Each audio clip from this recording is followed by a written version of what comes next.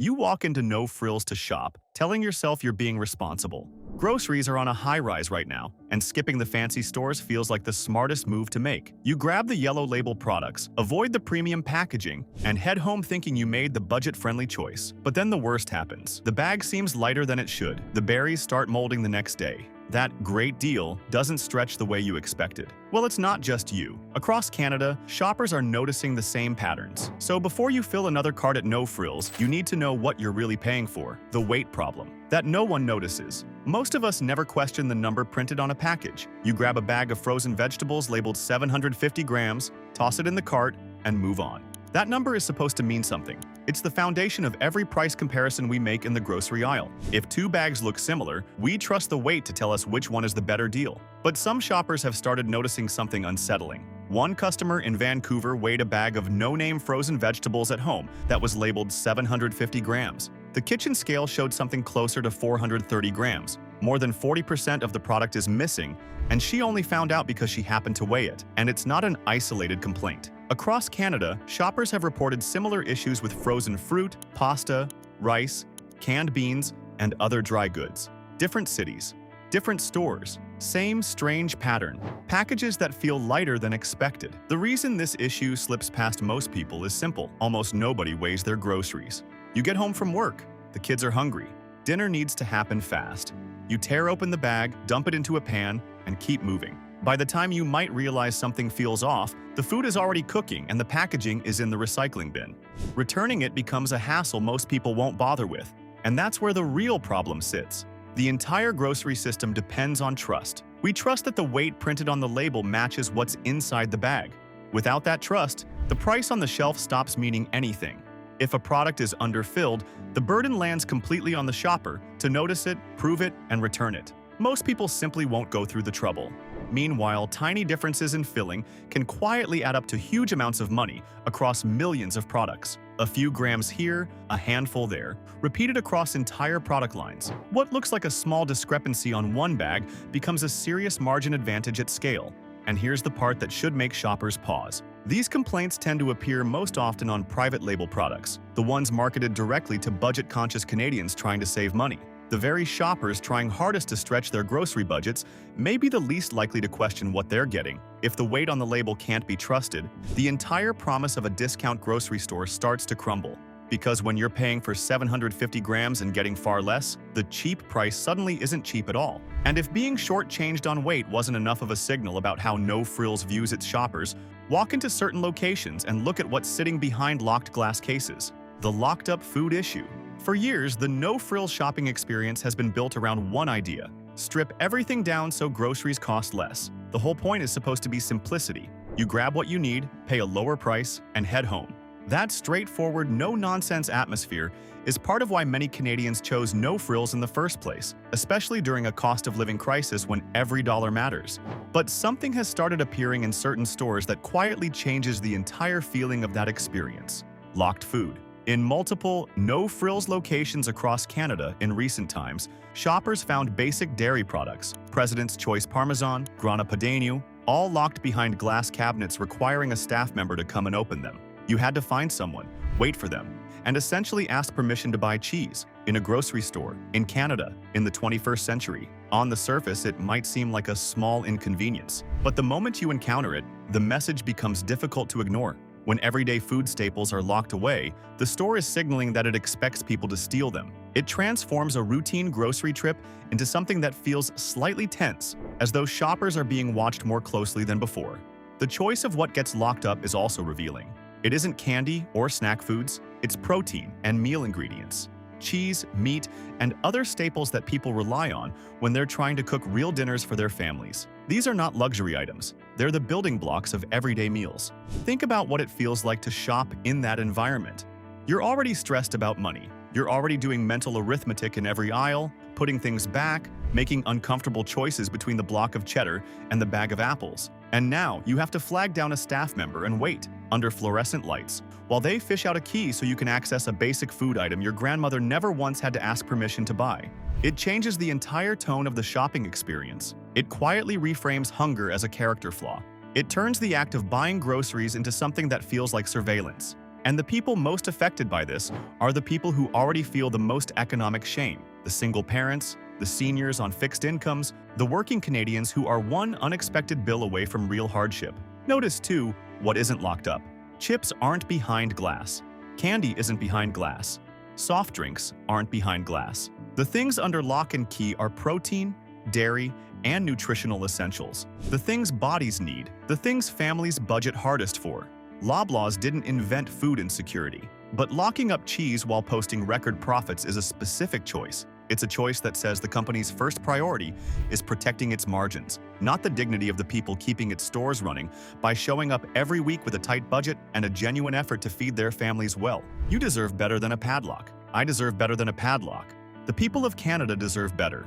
And speaking of things that aren't quite what they seem, let's talk about one of the most popular products in No Frills freezers right now, and why its cult following might be built on a foundation of salt water. The viral frozen chicken problem. If you spend any time around Canadian grocery conversations online, you've probably seen it. The famous red bag of frozen chicken breasts that people swear by. Freezers stacked with it. Social media posts showing families proudly stocking up. Shoppers talk about it like it's one of the best budget finds in the entire store. At first glance, it makes sense why the product has such a following. Chicken is expensive, and finding an option that feels affordable can feel like a small victory when you're feeding a household. The bright red bag stands out in the freezer section, promising convenience and value in one simple purchase. For busy families trying to stretch their grocery budgets, it looks like the perfect solution. You toss a few pieces in the oven, serve it with vegetables or rice, and dinner is handled without much effort. But when you stop and really look at the label, the story becomes more complicated. One serving of those frozen chicken breasts contains close to half the recommended daily sodium intake. That's an enormous amount of salt packed into what many people assume is a simple, healthy protein option. Chicken has always been one of those ingredients people rely on when they're trying to eat better or cook balanced meals at home. Yet this version comes heavily altered before it ever reaches your freezer. The ingredient list reveals why. The chicken isn't just chicken. It's been injected with saline, a saltwater solution that helps the meat retain moisture during freezing and cooking. That injection also increases the weight of the product, which means part of what you're paying for isn't chicken at all, it's water and salt. Then there's carrageenan, a thickening agent used in food processing that helps maintain texture. It's commonly used in large-scale industrial food production because it keeps processed meats stable during long periods in storage. The result is a product designed to stay moist and consistent for months inside a freezer. And that's the key point. The chicken stays tender not because it's fresh, but because it's engineered to resist degradation. For many shoppers, the savings feel real because the bag costs less than fresh chicken at the meat counter. But when a large portion of that weight comes from injected liquids and additives, the value starts to look different. You're paying chicken prices for something that contains much more than chicken. The popularity of the product shows how powerful the idea of a bargain can be. When something looks like a great deal, most of us don't stop to examine the details too closely. We trust that the product on the shelf matches what we expect it to be. But once you start reading labels carefully, it becomes harder to ignore how much processing goes into some of these so-called budget staples. And that realization naturally raises another question that many No Frills shoppers know all too well. If the frozen food aisle requires this much scrutiny, what about the produce section, where the problems become visible much faster, sometimes within hours of getting home? The produce that spoils, overnight. Almost every regular No Frills shopper has experienced this at least once. You walk into the produce section and everything looks fine under the bright store lights. The peppers appear firm. The strawberries look fresh enough. The spinach bags seem crisp and green. Nothing looks obviously wrong, so you fill your cart and head home feeling like you made the sensible choice by buying produce at the discount store. Then the next day comes. You open the fridge and something has already changed. The peppers feel soft. The berries have tiny spots of mold. The leafy greens that looked perfectly acceptable at the store have started turning slimy in the bag. Suddenly, food you expected to last several days is already on the edge of being thrown out.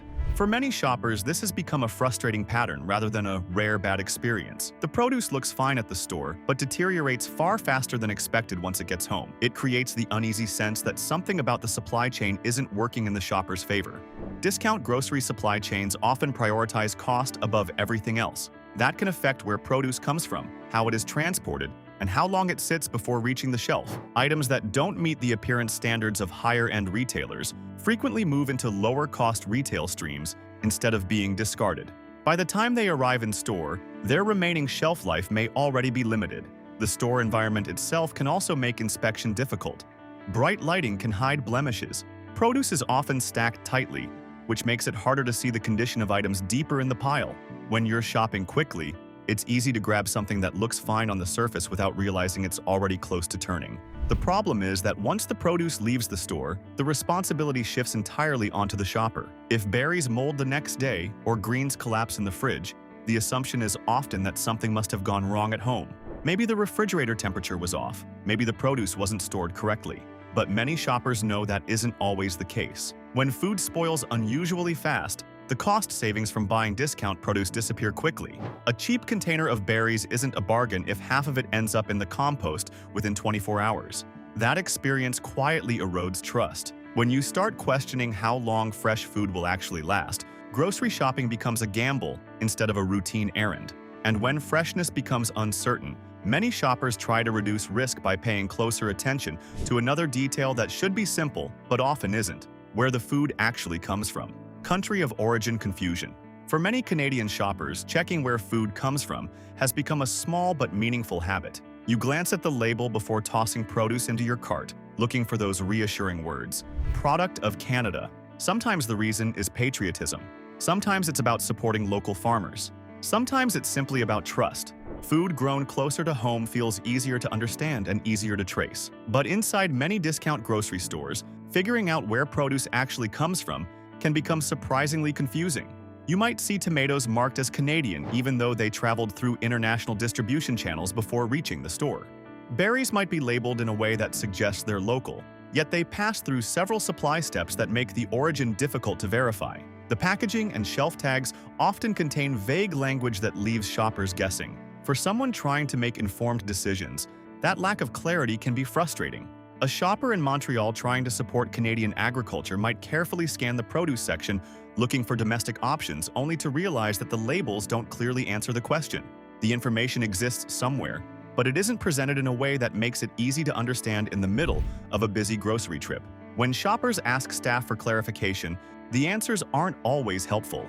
Employees stocking shelves usually don't have access to detailed sourcing information, and even if they did, the origin of certain products can change frequently depending on supply conditions. What came from one region last week may come from somewhere entirely different the following week. From a retailer's perspective, flexible sourcing helps keep shelves stocked and prices competitive. But from a shopper's perspective, that flexibility introduces uncertainty. If the origin of a product isn't clear, it becomes harder to evaluate quality, farming practices, and safety standards. Imagine standing in the produce aisle in Edmonton with 2 containers of strawberries in your hands. Both look similar, both carry similar pricing, but neither label clearly explains where the fruit was grown or how far it traveled before arriving at the store.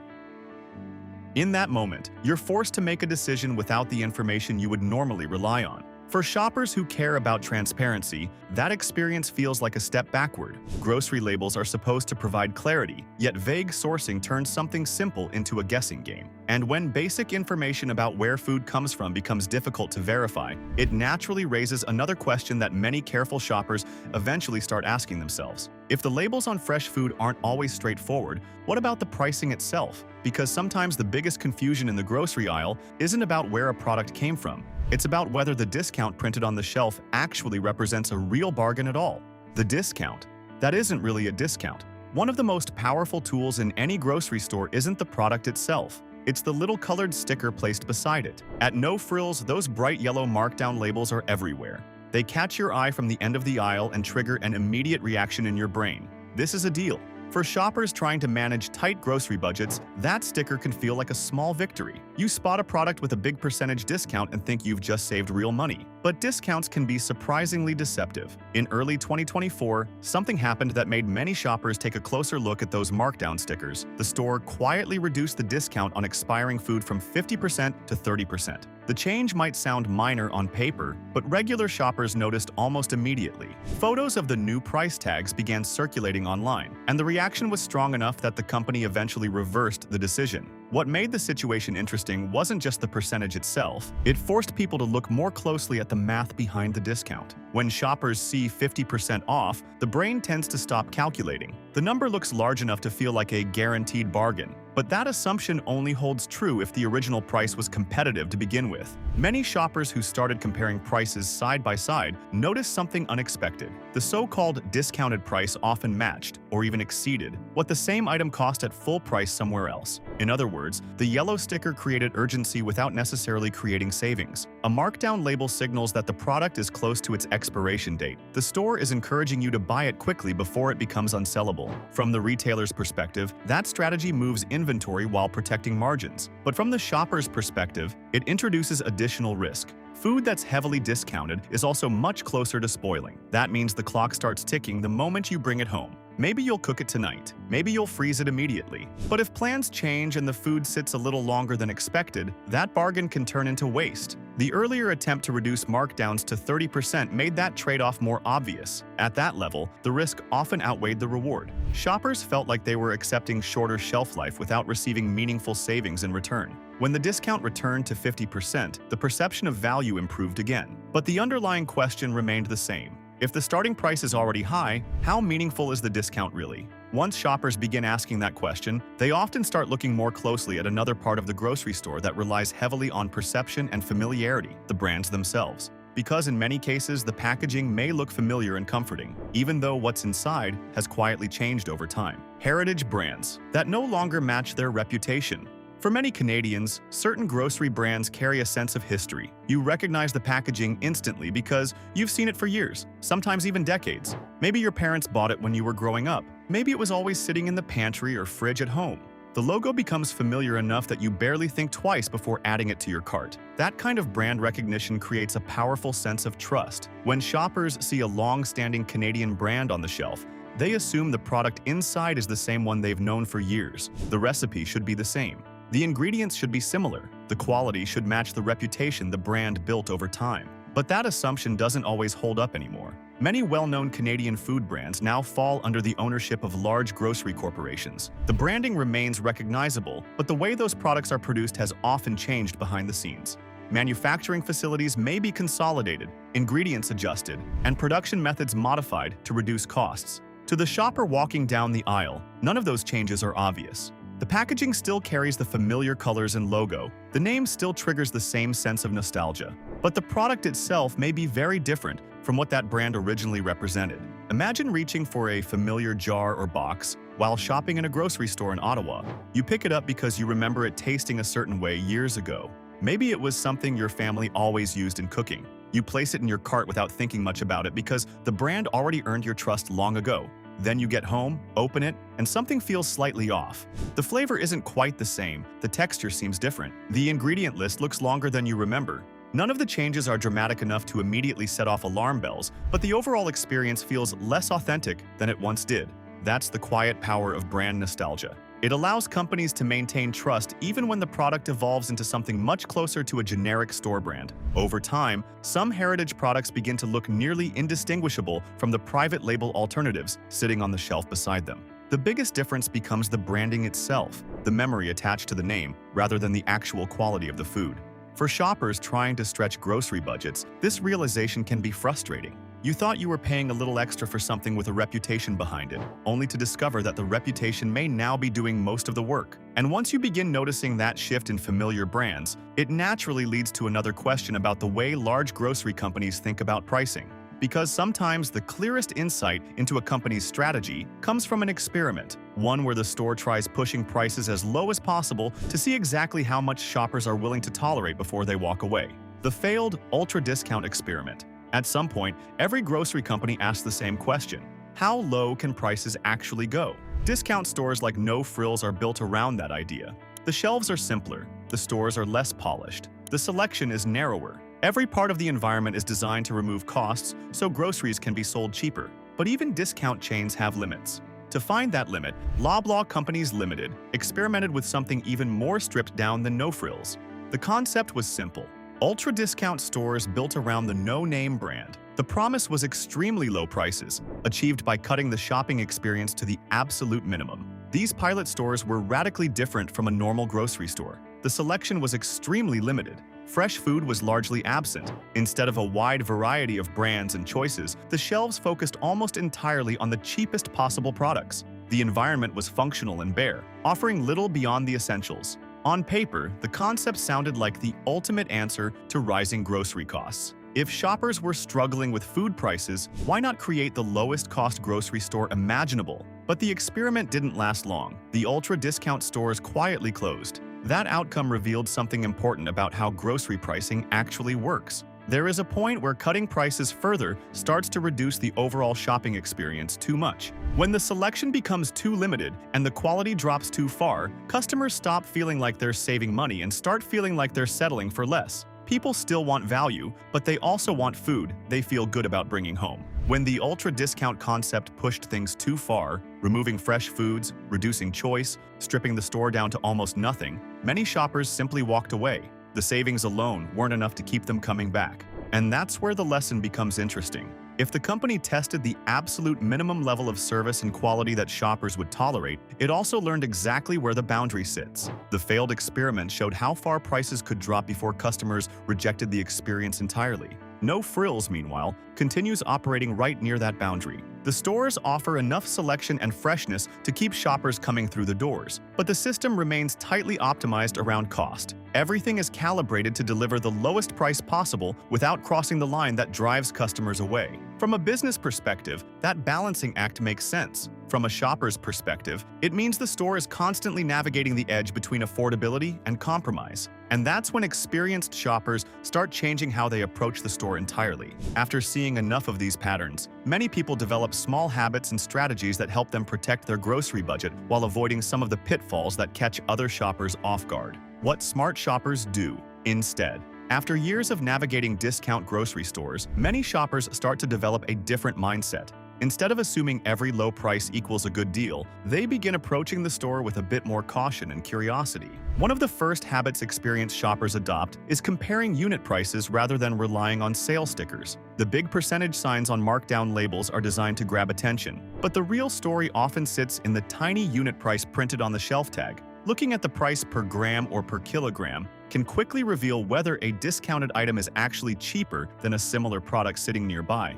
Another common strategy involves checking packaging sizes carefully. Shrinkflation has quietly changed the size of many products without dramatically changing the appearance of the package. A bottle might look identical to the one you bought last year, but hold less inside. By comparing weights and volumes across brands, shoppers can avoid paying more for less. Many experienced shoppers also approach heavily processed budget proteins with a bit more scrutiny. Products that look like convenient bargains sometimes contain added water, salt, or other ingredients that inflate weight while lowering overall nutritional value. Reading the ingredient list takes only a few seconds, but can reveal whether a product is truly simple or heavily engineered for storage and cost efficiency. The produce section is another area where seasoned shoppers tend to slow down and inspect items more carefully. Instead of grabbing the first container they see, they may check underneath the top layer for bruising or early spoilage. Some shoppers even buy smaller amounts of delicate items like berries or greens, knowing they may not last as long as expected once they get home. Country of origin labels also become more important once shoppers realize how much sourcing can change.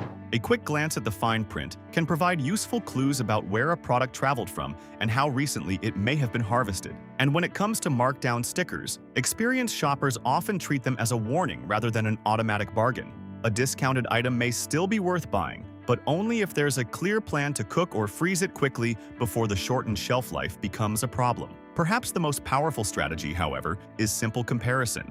Many shoppers have started checking prices across multiple grocery stores rather than assuming one retailer consistently offers the lowest cost. Even small differences can add up significantly over the course of a month. These habits don't require special knowledge or complicated budgeting techniques. They simply involve slowing down for a moment and looking a little more closely at the details that often get overlooked during a quick grocery run. The reality of shopping at No Frills can be complicated. That doesn't mean every trip will go wrong, but it does mean paying closer attention matters more than ever. Canadians deserve transparency, fair value, and food they can trust on their tables. Have you ever noticed produce spoiling quickly, packages feeling lighter than expected, or a discount that didn't really save you money? Share your experience in the comments. And if this breakdown helped you see grocery shopping differently, make sure to like the video and subscribe to the channel for more Canadian consumer investigations and practical insights every week.